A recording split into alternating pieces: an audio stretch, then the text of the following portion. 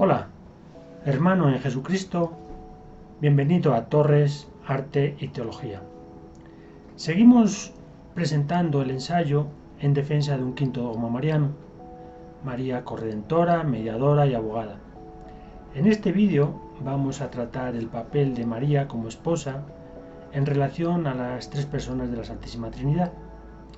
Pero previamente vamos a abordar cuatro conceptos que facilitan el alcance del papel de esposa de la Virgen María. Estos cuatro conceptos son mujer o esposa en la Biblia, el principio de representatividad o capitalidad, la unidad dual y responsabilidad individual y el principio de recirculación. Comenzamos con el concepto de mujer o esposa en la Biblia. En el primer libro de la Biblia, en el Génesis, después de la creación del ser humano por Dios como macho y hembra, se describe en el capítulo segundo de forma paralela el proceso de creación del mismo, explicitando además cuál es la intención de crear a la mujer. Se dijo luego Yahvé Dios: no es bueno que el hombre esté solo, voy a hacerle una ayuda adecuada. Génesis 2, 18. Por boca de Adán se expresa una unidad de destino. Por eso deja el hombre a su padre y a su madre y se une a su mujer y se hace una sola carne. Génesis 2:24. Vemos que el género es una simple exteriorización formal del ser humano creado en igualdad a imagen y semejanza de Dios. Y su carácter de complementariedad está diseñado para su realización plena en la unidad relacional.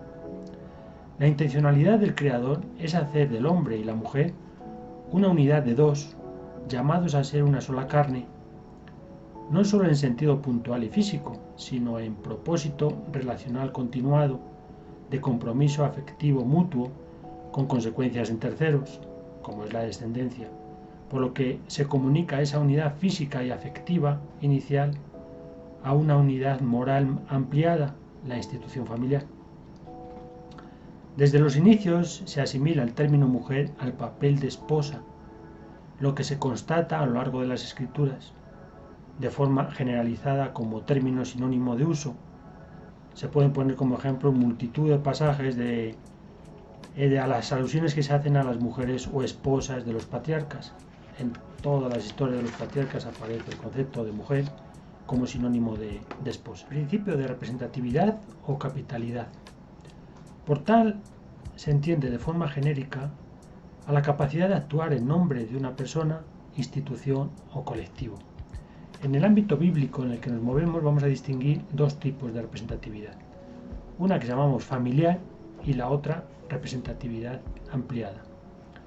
La representatividad familiar se justifica por el diferente origen del hombre y la mujer. La mujer, siendo igual al hombre, tiene no obstante un origen posterior, diferente y derivado de este.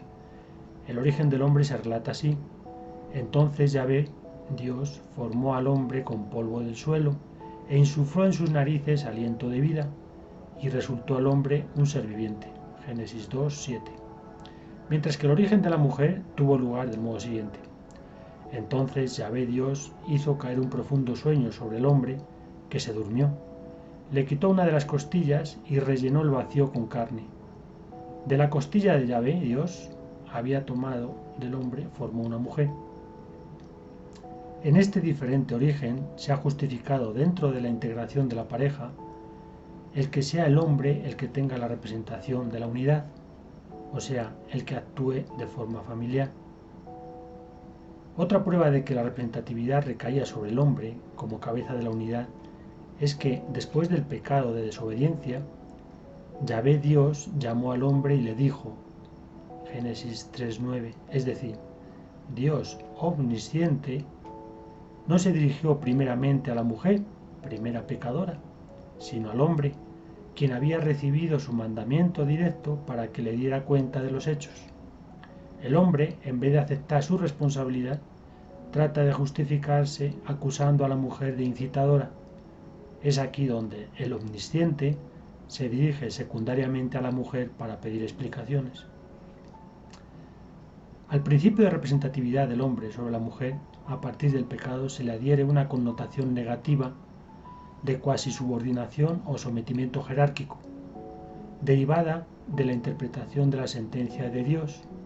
A la mujer le dijo: hacia tu marido irá tu apetencia y él te dominará.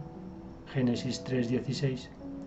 A partir de aquí, el hombre siempre aparece como cabeza de la mujer y la familia. Aunque la mujer sigue unida al hombre como carne de su carne, lo que ratificará el mismo Jesucristo en una unidad indisoluble en Mateo 19:4-6, queda en gran parte sometida.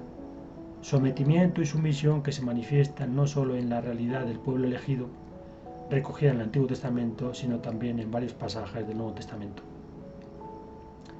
El principio de representatividad del hombre en la unidad implica que, dentro de esa unidad de dos, la mujer está formando parte solidaria en destino común. A lo largo de las Sagradas Escrituras, el papel presencial y complementario de la esposa está implícito en la vida matrimonial, formando parte de la unidad esponsal encabezada por el hombre, y por supuesto como cogeneradora de la descendencia en la unidad ampliada del ámbito familiar. La otra representatividad, que hemos llamado ampliada, tiene un carácter universal, es decir, no solo alude a ser el hombre cabeza de la pareja, sino que se refiere a toda la humanidad que en ese momento solo estaba formada por el primer hombre y la primera mujer. Adán y Eva fueron, además de la primera pareja de la que surgirá toda la humanidad misma, contenida en ellos dos, de la que hacía cabeza Adán. Esta es la razón por la que el pecado original afectó a toda la humanidad, con consecuencias universales. El principio de representatividad ampliada subyace en toda la argumentación apostólica de San Pablo, aplicado tanto a Adán como a Jesucristo. Así manifiesta: por tanto, como por un hombre entró el pecado en el mundo, y por el pecado la muerte, y así la muerte alcanzó a todos los hombres, ya que todos pecaron, así también por la obediencia de uno todos serán constituidos justos. Romanos 5, versículos 12 al 19. Una cita que no puede ser tomada en sentido literal, pues San Pablo conoce lo descrito en el Génesis, donde el pecado, se dice, entró por una mujer, no por un hombre, y así él lo refiere. Y el engañado no fue Adán, sino la mujer que, seducida, incurrió en la transgresión. 1 Timoteo 2:14. Por tanto, el sentido dado, más allá de la literalidad, está conformado por el principio de representatividad. Unidad dual y responsabilidad individual. Estos dos conceptos, aparentemente contradictorios, aparecen conviviendo dentro de la pareja esponsal y, extendidamente, en la institución familiar. La dualidad de personas que se unen en una sola carne están llamadas a ser una proyección trinitaria. Así se indica en el Catecismo de la Iglesia Católica, en el numeral 2205. La familia cristiana es una comunión de personas, reflejo e imagen de la comunión del Padre y del Hijo en el Espíritu Santo. Su actividad procreadora y educativa es reflejo de la obra creadora de Dios. Por esta misión compartida, la pareja recibe unos privilegios especiales, como es que el comportamiento meritorio de uno de los miembros se comunica en lo que le es favorable al otro miembro y es intercesor por el otro miembro ante Dios por el comportamiento que le demerita, pero sin llegar a eximir o anular la responsabilidad personal. El privilegio de participar como unidad de los méritos de uno de los miembros puede apreciarse en la familia de Noé. Pero Noé halló gracia a los ojos de Dios. Noé fue el varón más justo y cabal de su tiempo. Noé andaba con Dios. Génesis 6, 8, 9. Por lo cual Dios le quiere salvar del diluvio. Pero contigo estableceré una alianza. Entrarás en el arca junto con tus hijos, tu mujer y las mujeres de tus hijos. Solo se habla de Noé, en singular, como merecedor de la gracia de Dios, pero los beneficios de ésta se extienden a toda su familia. Del mismo modo ocurre con Abraham, y sacándole fuera le dijo: mira al cielo, cuenta las estrellas, si puedes. Después le dijo: así será tu descendencia. Y creyó Abraham en Yahvé, que se lo reputó por justicia. Génesis 15, versículos 5 y 6. Aquí la fe de Abraham genera unos dones que recaen también sobre Sarai, su esposa, pues es cooperadora necesaria para tal descendencia. Como estos son muchos los ejemplos que aparecen en las Sagradas Escrituras, en los que puede verse la participación por comunión en las ventajas o beneficios derivados de la acción de uno de los miembros que forman esa unidad dual o unidad familiar, una idea que parece compartir San Pablo en 1 Corintios capítulo 7, 12 al 16. El propósito de esta exposición es aplicar este generoso privilegio a la relación entre Jesucristo y María, el nuevo Adán y la nueva Eva, y por extensión a su descendencia. Respecto al concepto de responsabilidad personal en el marco de la unidad conyugal y familiar, vamos a poner dos ejemplos. Adán y Eva, a pesar de estar unidos, como dice el texto, en una sola carne, su responsabilidad individual no queda anulada. El hecho es que ambos cometieron el pecado de desobediencia, pero lo hicieron de forma separada y digamos que la imputabilidad era diferente. Eva pecó primero porque se dejó engañar, aunque fuera por el padre de la mentira, pues tenía conocimiento del mandamiento de la prohibición. Sin embargo, del texto se deduce que su informador fue Adán y no Yahvé Dios, como lo fue para Adán, lo cual es un atenuante en Eva. Sin embargo, en Eva, además del pecado de desobediencia, hay que añadir el pecado de inducción, la desobediencia que no tenía Adán. Adán, por su parte, tenía conocimiento pleno del mandamiento de prohibición directamente por Yahvé Dios. La incitación a desobedecer procedía de su igual, no del engañador, pero además tenía la sobreresponsabilidad de ser cabeza o representante de la pareja, por haber sido creado antes que Eva. Dios, teniendo en cuenta estas diferencias entre Adán y Eva, juzga culpables a ambos y en la sentencia aplica o consiente una parte del castigo común, como es la expulsión del paraíso y el sometimiento a la muerte, y una parte de castigo individualizado, a cada uno de ellos según aparece en Génesis 3, 16 al 19, de lo que se deduce que la responsabilidad personal sigue aplicándose a pesar de ser dos unidos en una sola carne. El otro ejemplo es el de Lot y su familia. Inicialmente, la hospitalidad de Lot hace ganarse el favor de los dos ángeles, enviados a destruir Sodoma y Gomorra, favor consistente en salvarle de la destrucción de las ciudades. Este privilegio se extiende a toda su familia, la mujer y sus dos hijas, pues los yernos se autoexcluyen, aplicándose el principio de participación por comunión derivado del hecho de ser dos en una unidad familiar. Pero secundariamente, tras la orden de no mirar atrás en la huida de Sodoma, tiene lugar la acción de desobediente de la mujer de Lot. Su mujer miró hacia atrás y se convirtió en poste de sal. Génesis 19:26. Aquí vuelve el principio de responsabilidad personal. La mujer de Lot corre una suerte diferente a la de Lot y sus hijas. Comprobamos que los efectos autónomos que produce la responsabilidad personal son mayores en los hijos que en el cónyuge. El caso de la mujer de Lot es el único caso que aparece en todas las escrituras, mientras que respecto a los hijos, este alejamiento del principio de unidad queda recogido por alusiones en múltiples pasajes y expresamente en el que peque es quien morirá, el hijo no cargará con la culpa de su padre, ni el padre con la culpa de su hijo. Al justo se le imputará su justicia y al malvado su maldad. Ezequiel 18:20.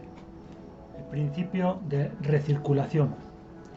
Este principio, vislumbrado por San Ireneo de León, dentro de la didáctica de la revelación, expresa la antítesis perfecta que existe entre lo sucedido por la caída en el pecado original y lo acontecido en la restauración de la gracia, para lo cual utiliza las figuras analógicas de la tipicidad como recurso interrelacionador de ambas realidades.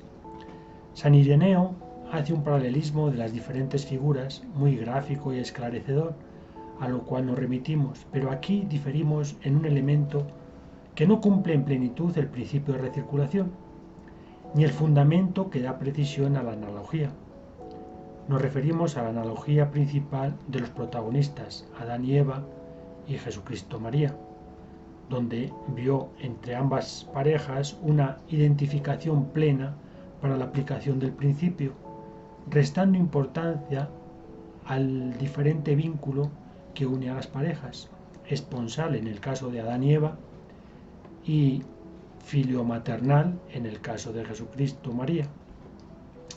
Nosotros, por el contrario, nos apoyamos en el vínculo esponsal del tipo Adán-Eva para defender la tesis de que en el antitipo de la pareja Jesucristo-María, además de la relación materno-filial, existe una relación esponsal de carácter espiritual que es la que no solo restaura la unidad inicial de la dualidad pareja, sino que la perfecciona y la sublima a un nivel sobrenatural. El título de María como esposa de Jesucristo, encarnación de la segunda persona del Dios Trinitario, lo incluimos dentro del título más amplio de María como esposa de la Santísima Trinidad, o llave Dios, uno y trino. Esta afirmación, que defenderemos más adelante con otros pasajes bíblicos, la extraemos del pasaje de la Anunciación. Al sexto mes envió Dios el ángel Gabriel y entrando le dijo: alégrate llena de gracia, el Señor está contigo. El ángel le dijo: no temas María, porque has hallado gracia delante de Dios, vas a concebir en el seno y vas a dar a luz un hijo a quien pondrás por nombre Jesús. Él será grande, se le llamará Hijo del Altísimo, y el Señor Dios le dará el trono de David, su padre. El Espíritu Santo vendrá sobre ti y el poder del Altísimo te cubrirá con su sombra. Por eso el que ha de nacer será santo y se llamará Hijo de Dios. Dijo María: he aquí la esclava del Señor, hágase en mí según tu palabra. En Lucas 1.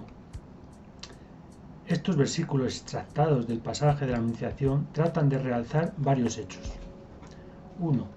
El ángel es enviado para que lleve a cabo un matrimonio por poder entre el mismo Señor Dios y la Virgen María, del que nacerá el Hijo de Dios. 2. Tiene lugar la primera revelación expresa de las tres personas de la Santísima Trinidad, y dentro de esta petición matrimonial, de la que derivará la maternidad virginal. Y 3. María hace una declaración doble, como esposa y como madre. Como esposa es una aceptación indirecta de ser la esposa del Señor. En la expresión «he aquí la esclava del Señor», algunos ven una respuesta de sometimiento impuesto, obligado y servir. En realidad es una expresión amorosa de entrega plena, no solo voluntaria sino deseada, lo cual queda de manifiesto por la inmediatez de la respuesta. La primera interpretación podría derivar de las connotaciones negativas que tiene el término esclava. Sin embargo, en el entorno cultural del pueblo elegido al que pertenecía María, en el contexto de una solicitud matrimonial, este término está próximo al de un piropo de agradecimiento reverente hacia el amado por su elección. En este caso, el pretendiente es el mismo Dios. La manifestación de aceptar el papel de esposa antes del de madre forma parte del orden natural conformado por el Creador. Y con la expresión posterior de María, hágase en mí según tu palabra, se confirma expresamente la aceptación de ser la esposa del Señor y la aceptación consecuente de ser la madre de Dios. El fiat ratifica primeramente la aceptación del matrimonio por poder, conforme a las palabras del ángel, apoderado del Señor Dios, y la aceptación del contenido íntegro del mensaje en el que se informa de la maternidad de María derivada de la relación esponsal.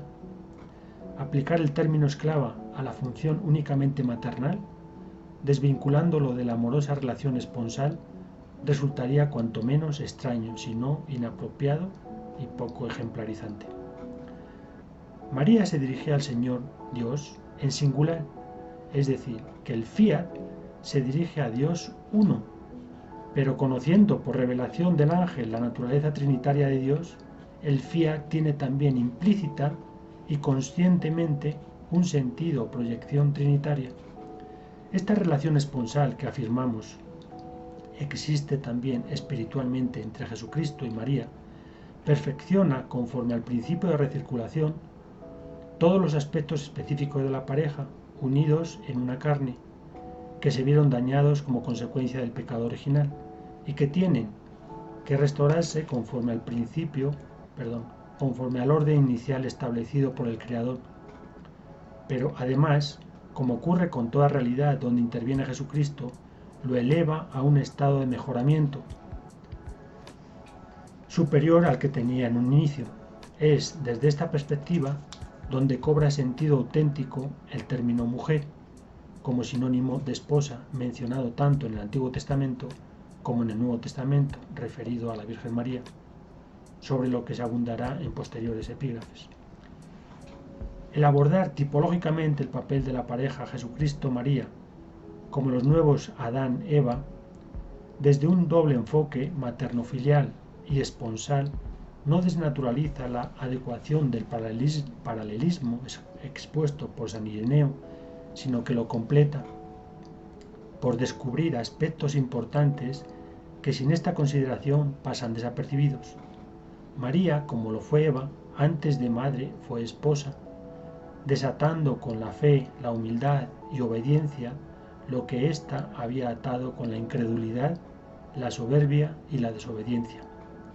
Porque Eva perdió su estado inmaculado e incitó a su esposo a la desobediencia, María tenía que conservar su concepción inmaculada para apoyar a su esposo, además de hijo, en la obediencia y reparar como nuevo Adán lo que Adán rompió, porque la procreación es una realidad que quiso Dios que tuviera lugar en el seno de la unidad de la pareja, reflejo de la naturaleza trinitaria de Dios.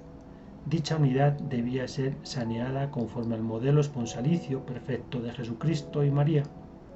Esta perfecta unidad de la pareja es otro de los cauces por los que María participa por comunión como corredentora junto al nuevo Adán, su esposo, único redentor. Hemos sostenido que la contestación de María al ángel Gabriel fue una aceptación doble de esponsalidad y maternidad. Ahora desarrollamos la relación esponsal nacida con el fiat, al Dios uno y trino. María, esposa de Dios Padre. El vínculo de esponsalidad de María con la primera persona de la Santísima Trinidad es de naturaleza religiosa y se fundamenta en la fe de María en el Dios de Abraham, Dios de Isaac y Dios de Jacob. Una fe que toma forma sublimada con un fiat manifestado en humildad y firmeza para unirse a la voluntad de Dios. Atributos propios de la elegida que hacen posible su esponsalidad con Dios Padre son su estado inmaculado y su virginidad. María recibió el atributo por gracia de ser concebida inmaculada, esto es, libre del débito del pecado original. Pero mientras que Eva libremente perdió su estado inmaculado por el pecado, María, en humildad y obediencia, pero también libremente, tiene el mérito de conservar el estado de gracia en el que había sido concebida.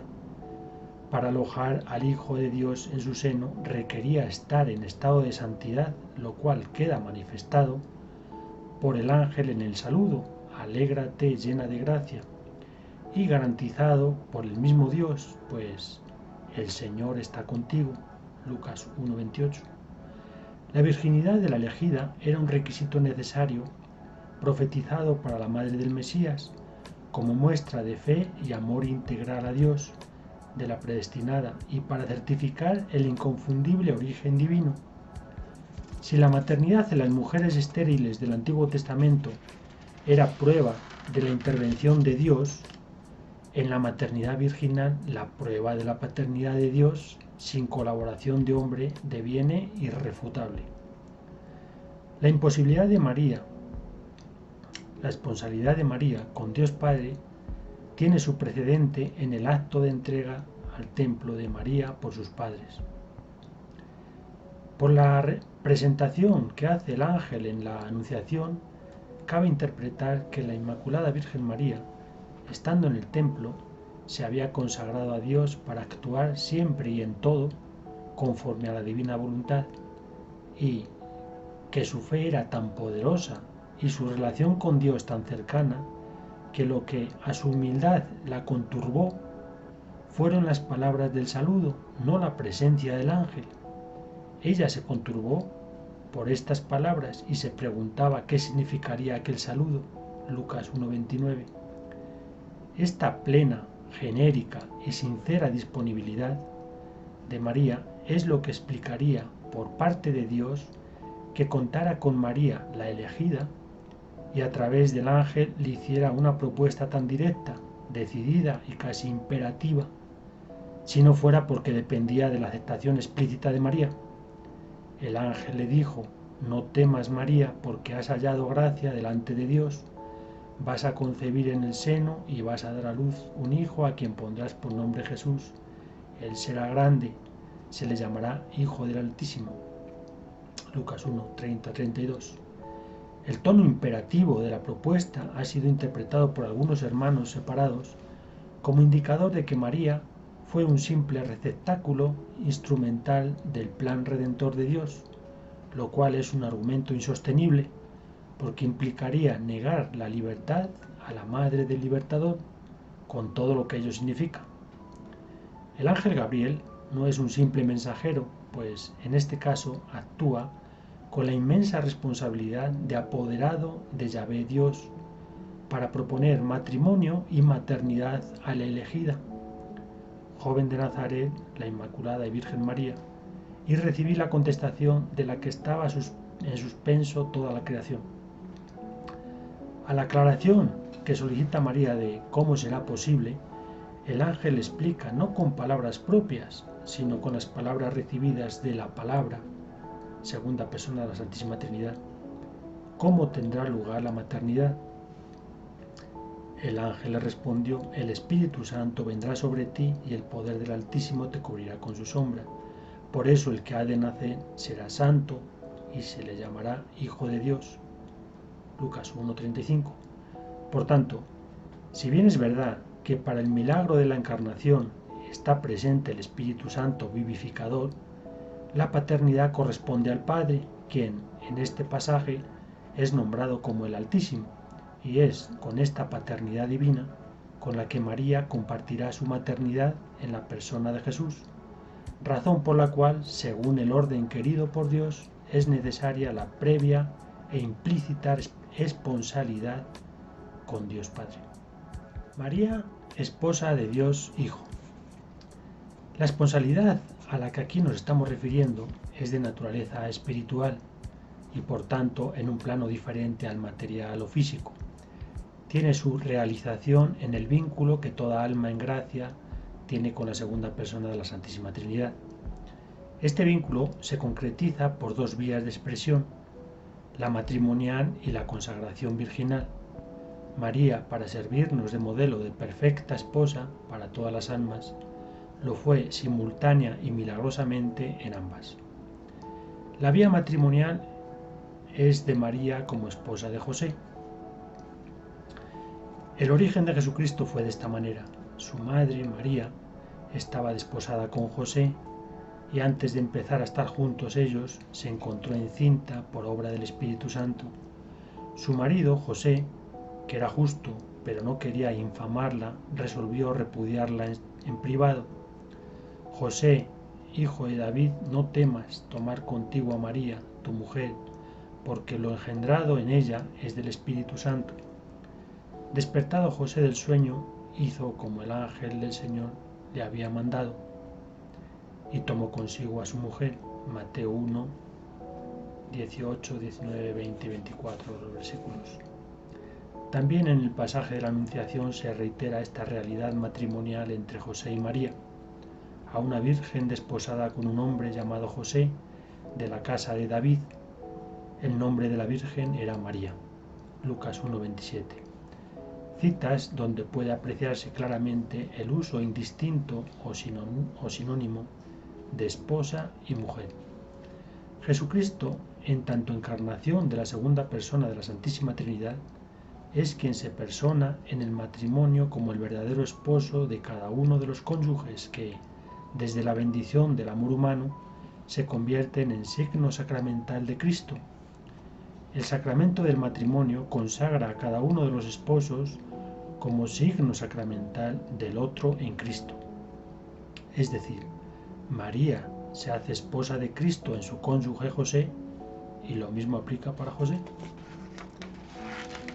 En el matrimonio está implícito un vínculo espiritual que conforma a aquel, del mismo modo que los padres humanos lo son por participar del don de paternidad de Dios, de quien procede toda paternidad.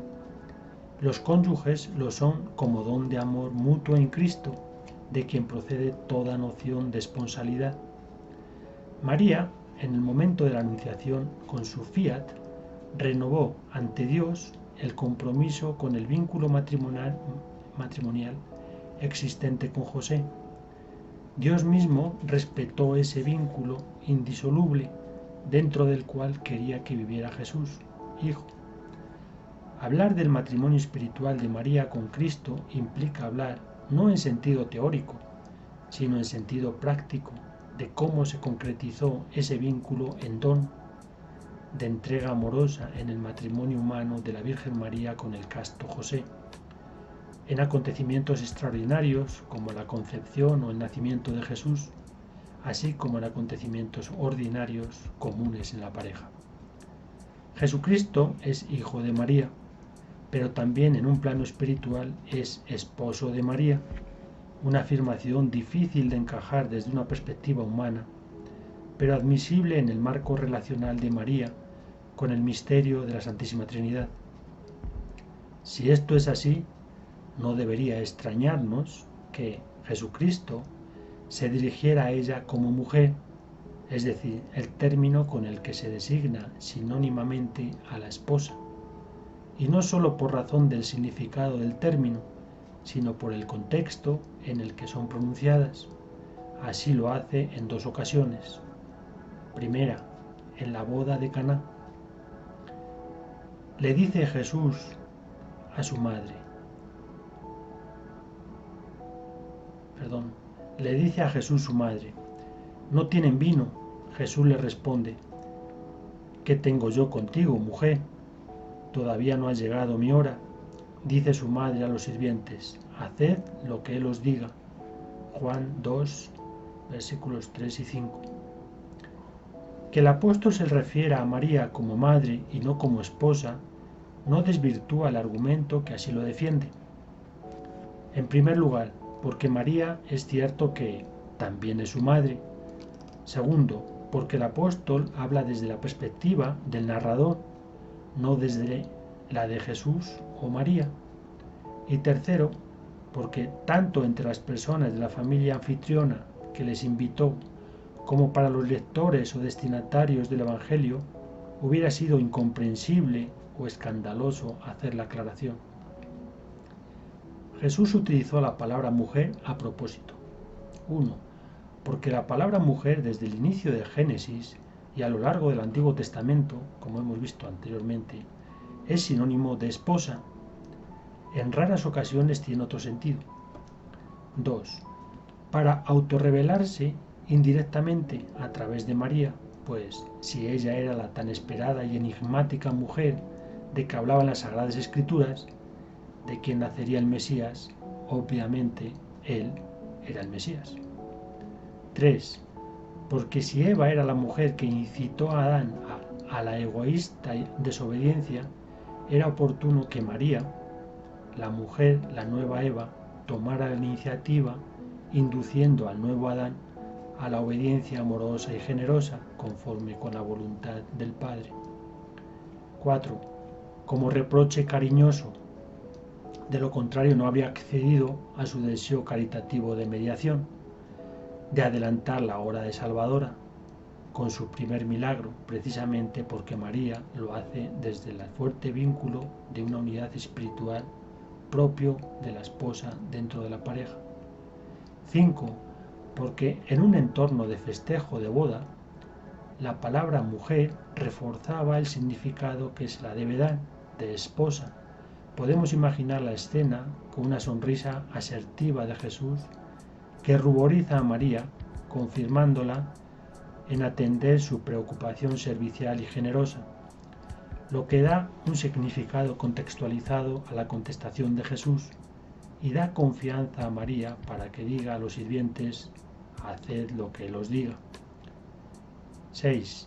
Porque quiere que María, mujer, quede vinculada por el vino tanto en referencia al milagro eucarístico como a su sangrienta pasión y muerte de cruz, donde por segunda vez se hará referencia a la mujer. 7. Y como alusión premonitoria a las bodas del Cordero, que tendrán lugar al final de los tiempos, tomando a María como la mujer arquetipo de la Iglesia, futura esposa del Cordero. La segunda ocasión en que se utiliza la palabra mujer en los Evangelios es al pie de la cruz. El pasaje dice: junto a la cruz de Jesús estaban su madre y la hermana de su madre, María, mujer de Cleopas, y María Magdalena. Jesús, viendo a su madre y junto a ella al discípulo a quien amaba, dice a su madre: mujer, ahí tienes a tu hijo. Luego dice al discípulo: ahí tienes a tu madre. Y desde aquella hora el discípulo lo acogió en su casa. Juan 25-27. Hacemos notar que para la descripción de las tres personas de sexo femenino presentes en la escena, el texto no utiliza la palabra mujer como sinónimo de hembra, sino que utiliza mujer nada más para referirse a la cuñada de María y en el sentido de esposa de Cleopas, hermano de José. El sentido de esposa dado a la palabra mujer parece preparar el terreno para el significado que se le quiere dar al relacionarla con María. Lo mencionado en el apartado anterior sobre la boda de Caná, sobre atribuir a María el tratamiento de madre en vez del de esposa, es aplicable aquí, máxime siendo San Juan quien narra ambos pasajes. El apóstol describe lo que ve bajo su interpretación y perspectiva, es decir, dice que Jesús ve a su madre y dice a su madre, lo cual también es cierto, pero a tenor de lo que realmente dice Jesús, en ese momento es más apropiado decir que Jesús, a quien ve y dice, es a su mujer, que como hemos evidenciado significa esposa. Es razonable pensar que el apóstol no fuera consciente de este vínculo espiritual de esposa, y si lo conocía al redactar el Evangelio, que no lo explicitara para evitar incomprensiones. Analizando lo que literalmente dijo Jesús, podemos constatar que Jesús llamó a María mujer, y además en una situación y con una finalidad más propia de un esposo que de un hijo. Tengamos presente que Jesús ya estaba agonizando, pues como relata el apóstol, después de esto, sabiendo Jesús que ya todo estaba cumplido, para que se cumpliera la escritura dice: tengo sed. Cuando tomó Jesús el vinagre dijo: todo está cumplido, e inclinando la cabeza entregó el espíritu. Juan 19, 28 y 30. En esta situación resultaría impropio de Jesús dirigirse a su madre con el término mujer, porque es una palabra que, unida a madre, resulta fría, distante e inconcordante con el pensamiento amoroso y generoso del hijo que supuestamente está pensando en estos momentos finales de su vida en los cuidados y protección de su madre, que encomienda a su apóstol amado. Si Jesús hubiera querido consolar a su madre con palabras afectivas, la hubiera llamado mamá, no mujer, y hubiera invertido los mandatos, es decir, habría encomendado primero a Juan el cuidado de María y después a María el cuidado de Juan. Además, desde el punto de vista maternal, recibir al pobre Juan en sustitución del mismo Jesús, más que un consuelo, significaría un acto de crueldad. María no perdía un hijo reemplazable, perdía a su unigénito, que era el mismo Dios. María, humanamente hablando, lo que desearía, en mi compasiva opinión, era morir físicamente con su hijo, no que le dijeran que tenía que seguir viviendo como madre de un hijito ajeno, y además ya mayorcito. Por otra parte, sabemos que la frase tiene una finalidad diferente a la de una simple encomienda de cuidado mutuo entre el apóstol amado y la madre. El mandato es principalmente de naturaleza espiritual y está dirigido en primer lugar a María, para el cuidado de Juan, en quien estamos incluidos cada miembro de la humanidad, individualmente considerado, y secundariamente el cuidado de María a su apóstol amado, en quien igualmente todos estamos incluidos. Este mandato es una orden imperativa que exige el cumplimiento propio de las manifestaciones de última voluntad, con presencia incluida de dos testigos, María Magdalena y María de Cleopas, como estaba establecido en las escrituras y tradición judía. Una formalidad protocolaria impropia en la relación materno-filial. Ahora bien, si Jesucristo, con la palabra mujer, lo que quiere poner de relieve es que María es su esposa espiritual, a quien legítimamente incluye en su testamento vivo, y que tiene la obligación moral de velar por su de ambos hijo espiritual, Juan, y en él individualmente todos nosotros, lo que está haciendo es, con esa palabra, transferirla toda la fuerza trascendente y esperanzadora de un testamento ya profetizado por Dios, del esposo, el nuevo Adán, y confirmarla que ella es la nueva Eva, la madre de todos los vivientes en el Espíritu, quien tiene que continuar la misión salvadora iniciada por él.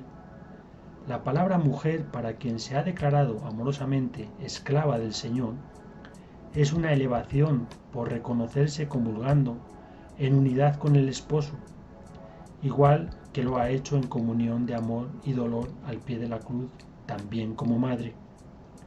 Jesucristo es el Hijo de Dios hecho carne en María, pero también es el esposo, que como nuevo Adán se hace espiritualmente una sola carne con la nueva Eva y convierte a María en madre espiritual de todos los hombres. Jesucristo, capitalidad o representante de la humanidad, ratifica con la palabra mujer la participación por comunión que tiene María en unidad matrimonial con el esposo y su papel corredentor hacia todos sus hijos. María, mujer, la nueva Eva, emite un nuevo fiat, silencioso pero asertivo, reaceptando la voluntad de Dios y participando de lo que es un solo espíritu, corazón y alma en Cristo, su esposo y nuevo Adán. No todos los actos de afirmación o negación se realizan con expresiones orales. Recuérdese el dicho, quien calla otorga. Esta escena de la cruz es uno de esos casos en los que los silencios tienen más fuerza y significado que todo un discurso. María corrobora ese afirmativo fiat mudo con el resto de su vida al lado de Juan, en la que el apóstol redactor fidedigno, es también hijo obediente y testigo veraz. La segunda vía de unión esponsal con Jesucristo, hemos dicho que era la de la consagración virginal, o sea, María como Virgen consagrada. La Biblia enfatiza la virginidad de la Madre del Mesías. El Señor mismo va a daros una señal, mirad, una doncella está encinta y va a dar a luz un hijo al que pondrá por nombre Emmanuel. Isaías 7:14. Profecía esperada por el pueblo elegido y a la que se alude en el Evangelio de Mateo 1:23. La virginidad de la elegida, al mismo tiempo, era requisito para garantizar que su hijo fuera indudablemente hijo de Dios y no de hombre. Los evangelios narran que María es la mujer elegida y en el relato se enfatiza el atributo de su virginidad. Sobre la virginidad perpetua de María nos remitimos a la definición dogmática dada en el Concilio Lateranense, año 649, que como otras verdades de fe se incorpora a la doctrina de la Iglesia. La virginidad o castidad perfecta es la otra vía de expresión de la esponsalidad con Cristo, donde aparece como el verdadero esposo sin necesidad de otro intermediario ni sacramento específico. Cristo sacia espiritualmente el corazón y completa el alma en amor de unidad esponsal perfecta.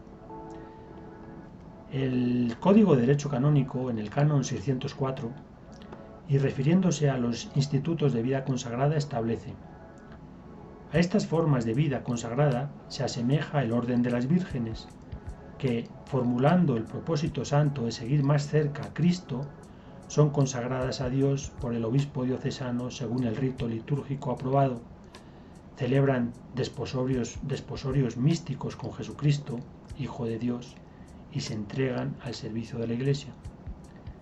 Idea recogida igualmente en el numeral 923 del Catecismo de la Iglesia Católica. María fue modelo perfecto de entrega total a Cristo para todos los que, hombres o mujeres, ofrecen su virginidad para una mayor unión con el esposo. El matrimonio espiritual de los consagrados virginalmente tiene su mayor expresión de unión en el esposo crucificado. La vida terrena de Jesucristo estuvo marcada voluntariamente por la cruz. Por esto, la esposa enamorada de Cristo, hombre o mujer, ha de desear compartir la misma suerte que tuvo el esposo, sencillamente por amor, por estar en comunión plena, unido de tal forma que sea parte de él, se identifique con él, se identifique en él. El tema de la esponsalidad espiritual de los consagrados está bella y ampliamente descrita en toda la literatura de los autores místicos, hombres y mujeres que toman en muchos casos como referencia el Cantar de los Cantares. La Virgen María es la esposa perfecta en el matrimonio espiritual, quien como ella ha actuado como la ayuda adecuada del nuevo Adán en su misión redentora. Su unión fue total de alma y corazón a los de Cristo, participando virginalmente por comunión esponsal en el amor redentor del esposo. Para completar el papel de María como esposa de la Santísima Trinidad, atendemos ahora a María como esposa de Dios Espíritu Santo. La esponsalidad a la que aquí nos referimos es de orden sobrenatural, conforme al sentido propio de la palabra, es decir, escapa a lo regulado por las leyes naturales y lo que rodea la relación puede calificarse de milagrosa. El vínculo esponsal se fundamenta en auténtico amor y sobre dicha unión recae un sentido comunitario o eclesial. Analizado desde el punto de vista del esposo, la doctrina de la Iglesia Católica proclama como dogma que el Espíritu Santo es la tercera persona de la Santísima Trinidad y por tanto es Dios con el Padre y el Hijo, verdad de fe que recoge el credo niceno-constantinopolitano. El Espíritu Santo es la tercera persona de Dios Trinitario. Como Dios tiene fuerza y poder en sí mismo y se diferencia del Padre y del Hijo, de quienes procede, pero ni es una simple fuerza o poder del Padre, ni un siervo delegado del Hijo. El Espíritu Santo es la personificación del amor entre el Padre y el Hijo, y la figura analógica más representativa de su ser para la comprensión humana está en el amor esponsal, por su carácter relacional y unitario. Del mismo modo que trinitariamente la paternidad es eminentemente atribuible al Padre y la filiación al Hijo, así al Espíritu Santo se le puede atribuir ser el esposo por antonomasia, aunque tanto Padre como Hijo participen de la esponsalidad. Dios, en el Antiguo Testamento, se reveló en multitud de ocasiones con el papel de esposo del pueblo elegido, Israel, su esposa. Así, estableciendo una alianza de connotación matrimonial, Deuteronomio 5, 1 y 3 o Ezequiel 16, 8. Cuando su esposa Israel actúa adúlteramente, Jeremías 3, 1 y 5 y 20. Cuando se constata la dolorosa separación, Isaías 50. Cuando se produce el divorcio, Jeremías 3, 6, 10. Cuando castiga a la esposa para restaurar el matrimonio, Oseas 2, 4 y 15 y 16, 25. En todos los casos, la esposa está referida al pueblo elegido de Israel, es decir, una colectividad de personas unidas por un origen común, descendencia de Jacob, Israel, según el nuevo nombre dado por Yahvé. El Espíritu Santo es ese esposo amoroso que bendice, vela, protege, corrige y se mantiene siempre fiel a la esposa con la que estableció la alianza. Cuando la esposa rompe la alianza, Dios promete pactar una nueva alianza con la casa de Israel y Judá. El Espíritu Santo no es el Padre del Hijo, es el mediador vivificante entre el Padre y María para la concepción del Hijo, como explica el numeral 489 del Catecismo de la Iglesia Católica. La misión del Espíritu Santo está siempre ordenada a la del Hijo. El Espíritu Santo fue enviado para santificar el seno de la Virgen María y fecundarla por obra divina, Él que es el Señor de la vida, haciendo que ella conciba al Hijo eterno del Padre en una humanidad tomada de la suya. Para establecer la nueva alianza, Dios prepara a su pueblo en la mujer que lo representa, para unirse a Él esponsalmente. Es aquí donde entra María, la hija de Sión, es decir, la representante del pueblo de Israel, de la que nacerá el nuevo pueblo de Dios, la Iglesia Universal, integradora de todos los pueblos, cuya cabeza es Cristo. Desde el punto de vista de la esposa, los argumentos de los exegetas que, para designar a María como la hija de Sión, van desde los paralelismos analógicos vistos en el saludo del ángel en la Anunciación, en relación con pasajes del Antiguo Testamento, ya sean Isaías, Miqueas, Sofonías, Zacarías, a las citas de Zacarías en referencia a los evangelios de Mateo y Juan, junto a diferentes alusiones que el cristiano les llevan a relacionarla directamente con María. Aquí, resultado del compendio de considerandos favorables a la aplicación a María de la expresión hija de Sión, nos quedamos con la declaración hecha en la Constitución dogmática sobre la Iglesia Lumen Gentium del Concilio Vaticano II. Asimismo, ella es la Virgen que concebirá y dará a luz un hijo, y se llamará Emmanuel. Ella sobresale entre los humildes y pobres del Señor, que confiadamente esperan y reciben de Él la salvación. Finalmente, con ella misma, hija excelsa de Sión, tras la prolongada espera de la promesa se cumple la plenitud de los tiempos y se instaura la nueva economía, al tomar de ella la naturaleza humana, el Hijo de Dios, a fin de librar al hombre del pecado mediante los misterios de su humanidad. Cuando María, hija de Israel, una joven judía radicada en Nazaret de Galilea, en la Anunciación aceptó la voluntad de Dios con su fiat, estaba uniéndose esponsalmente también al Espíritu Santo, haciéndose eslabón de unión entre el pueblo elegido de Israel, a quien representaba como excelsa hija de Sión, y el nuevo pueblo de Dios, que tendrá por cabeza a Cristo, en quien se fundamenta la nueva alianza. Ella es el arca de la alianza hecha mujer.